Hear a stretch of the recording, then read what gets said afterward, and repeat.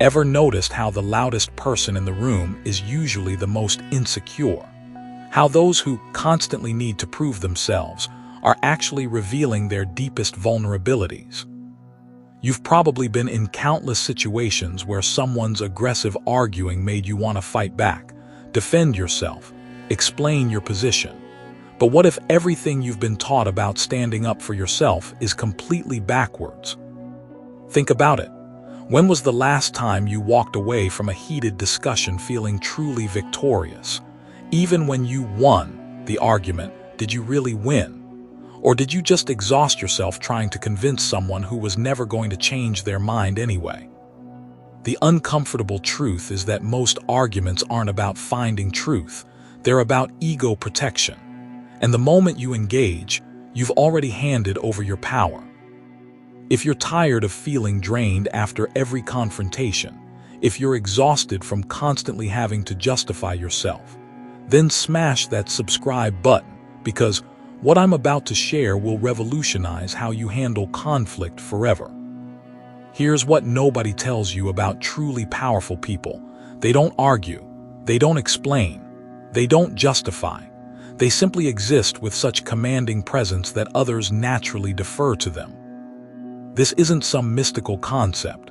It's a psychological reality that Nietzsche understood centuries before modern science caught up.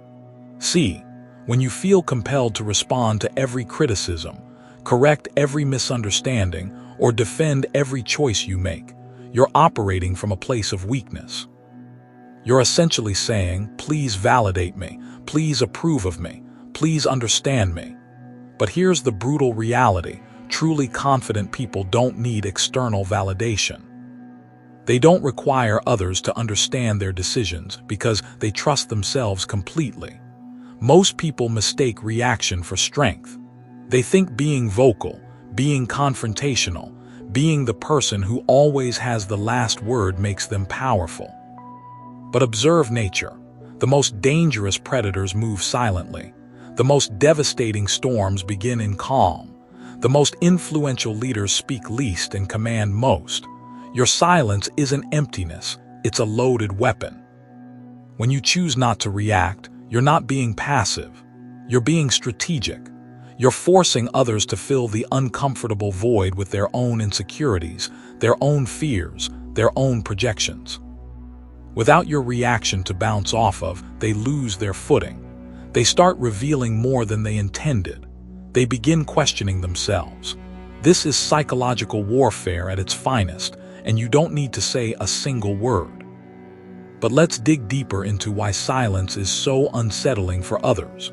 Human beings are wired for reciprocity. When someone speaks, they expect a response.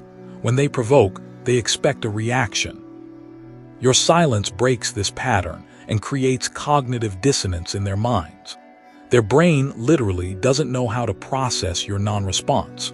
The person trying to engage you in conflict needs your participation to feel powerful. They need you to get emotional, to defend yourself, to play their game. Without your involvement, their performance falls flat. They're essentially shadowboxing, all that energy with no target to hit. And this frustrates them more than any clever comeback ever could. Think about the most manipulative people you know. They're masters at pushing emotional buttons, at saying exactly what they need to say to get you fired up. But what happens when you refuse to give them that emotional hit they're craving? They escalate. They try harder. They reveal their desperation. And in that desperation, they show you exactly who they really are. Nietzsche wrote about the Übermensch, the superior human who transcends ordinary limitations. This isn't about thinking you're better than others. It's about becoming someone who operates from internal strength rather than external validation. The Übermensch doesn't need to win arguments because they've transcended the need to prove anything to anyone. Now, I need to address something crucial here. There's a difference between powerful silence and powerless silence. Powerless silence comes from fear, from not knowing what to say, from feeling overwhelmed. This kind of silence makes you a victim. But powerful silence, that's completely different. Powerful silence comes from choice. It comes from knowing you could respond but deciding not to. It comes from being so secure in yourself that other people's opinions simply don't register as threats. Here's how you develop this kind of unshakable presence. First, you need to kill the people-pleaser inside you. That voice that says you need to make everyone understand your perspective. That voice that can't stand being misunderstood.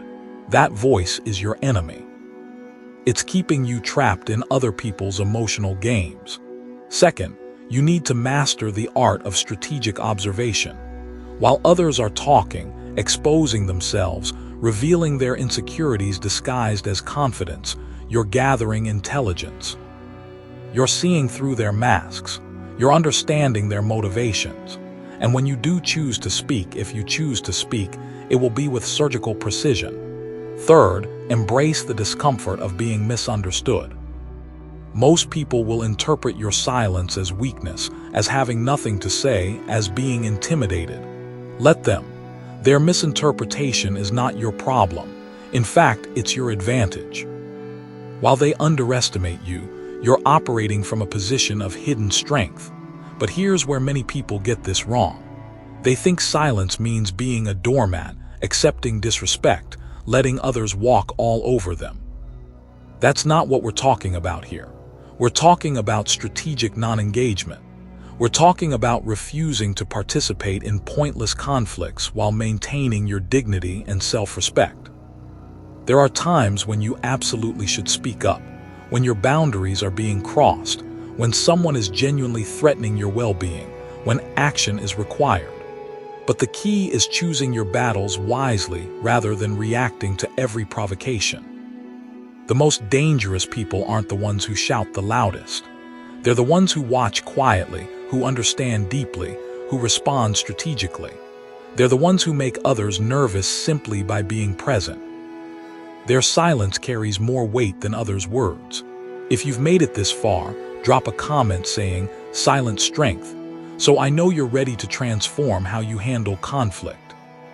And make sure you watch the next video, where I break down exactly how to read people's hidden motivations and use that knowledge to your advantage.